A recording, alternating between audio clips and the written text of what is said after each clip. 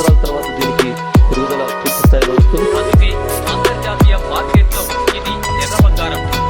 అంతర్జాతీయ మార్కెట్లో ఈ ఎర్రచందనాన్ని ప్రభుత్వమే అమ్మితే కొత్తగా ఏర్పడ్డ రాష్ట్ర బడ్జెట్ లోటు తీర్చేయవచ్చు. మన దేశంలో కిలో ఎర్రచందనం 1000 నుంచి 1500 రూపాయలు పలుకుతుండగా అంతర్జాతీయ మార్కెట్లో 5,000 రూపాయలు పలుకుతుంది. చైనా, జపాన్, నేపాల్, సింగపూర్, మలేసియాలకు వీటి ఎగుమతి ఎక్కువ.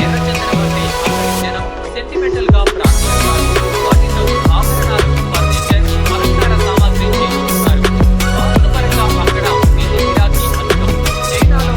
వాస్తవపరంగా అక్కడ వీటి గిరాకీ అధికం. చైనాలో అయితే అక్కడి న్యూక్లియర్ రియాక్టర్లలో ఎర్రచందనాన్ని కూలెంట్గా వాడి రేడియో ధార్మికత తగ్గించుకుంటారు. ఎర్రచందనాన్ని హెర్బల్ వయాగ్రాలో పదార్థంగా వాడుతూ చైనా భారీ బిజినెస్ చేస్తుంది. 2 మిల్లీగ్రాముల ధర అక్కడ 1000 రూపాయల పైనే పలుకుతుంది. ఇంకా టెరోసిబిలిన్ అనే రసాయనంగా ఎర్రచందనాన్ని వాడి వయాగ్రాలో కలుపుతారు.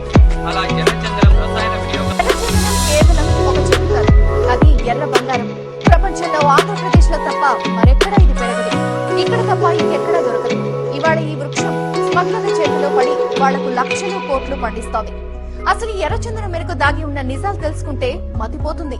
దీనికి సంబంధించినటువంటి మనం ఒక చిన్న మొక్కను చూద్దాము. ఇది ఒక చిన్న మొక్క. ఇది ఇక్కడ నుంచి ఈ మొక్క ఒక 5 సంవత్సరాల తర్వాత దీనికి పెరుగుదల పూర్తి స్థాయిలో వస్తుంది. అందుకే అంతర్జాతీయ మార్కెట్లో ఇది ఎర్ర బంగారం. అంతర్జాతీయ మార్కెట్లో ఈ ఎర్రచందనాన్ని ప్రభుత్వమే అమ్మితే కొత్తగా ఏర్పడ్డ రాష్ట్ర బడ్జెట్ లోటు తీర్చేయవచ్చు.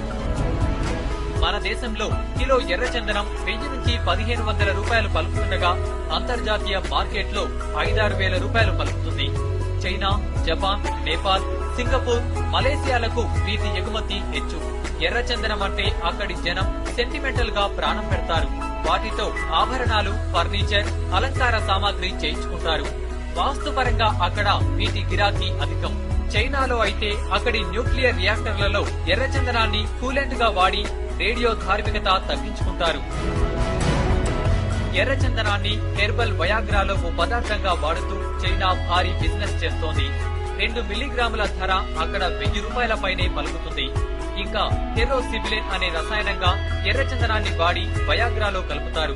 అలా ఎర్రచందనం రసాయన వినియోగం